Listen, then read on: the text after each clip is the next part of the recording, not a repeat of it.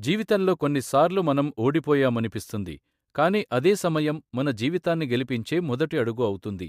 ఇది కుమార్ కథ. పేద కుటుంబంలో పుట్టిన ఓ సాధారణ బాలుడు. అతన్ని చుట్టాల దగ్గర వదిలేశారు. రోజూ 1000 మీటర్లు నడిచి స్కూల్కి వెళ్తాడు. పోలీస్ అవ్వాలి అనేది అతని కల. నేను పోలీస్ అవుతాను, నా కుటుంబాన్ని నిలబెడతాను. కానీ జీవితం ఒక్కసారిగా మారిపోయింది. ఒకరోజు అకస్మాత్తుగా యాక్సిడెంట్ జరిగింది. గాయం చాలా తీవ్రమైంది. దేవుడా, నాకు ఎందుకు ఇలా చేశావు? తరువాత అతని ఆసక్తులు మార్చుకున్నాయి. ఒక ఫ్రెండ్ వచ్చి చెప్పాడు, మనము కలిసి బిజినెస్ చేద్దాం. కుమార్ నమ్మాడు. కాని వాళ్ళు మోసం చేశారు. నేను ఎవరిని నమ్మాలి? అతను చివరి నిర్ణయం తీసుకున్నాడు. అయితే అచ్చమక్కడే అతను ఓ ఫోటో చూశాడు. ఆ ఫోటోలో చిరునవ్వులు, చిన్న పిల్లలు. అతను గుర్తుపట్టాడు. ఆ పిల్లలు అతని కుటుంబం. అతను తిరిగి నిలబడ్డాడు. ఎందుకంటే జీవితంలో ఓడిపోవడం చివరి అడుగు కాదు, తిరిగి లేవడమే నిజమైన గెలుపు. ఇది కుమార్ కథ.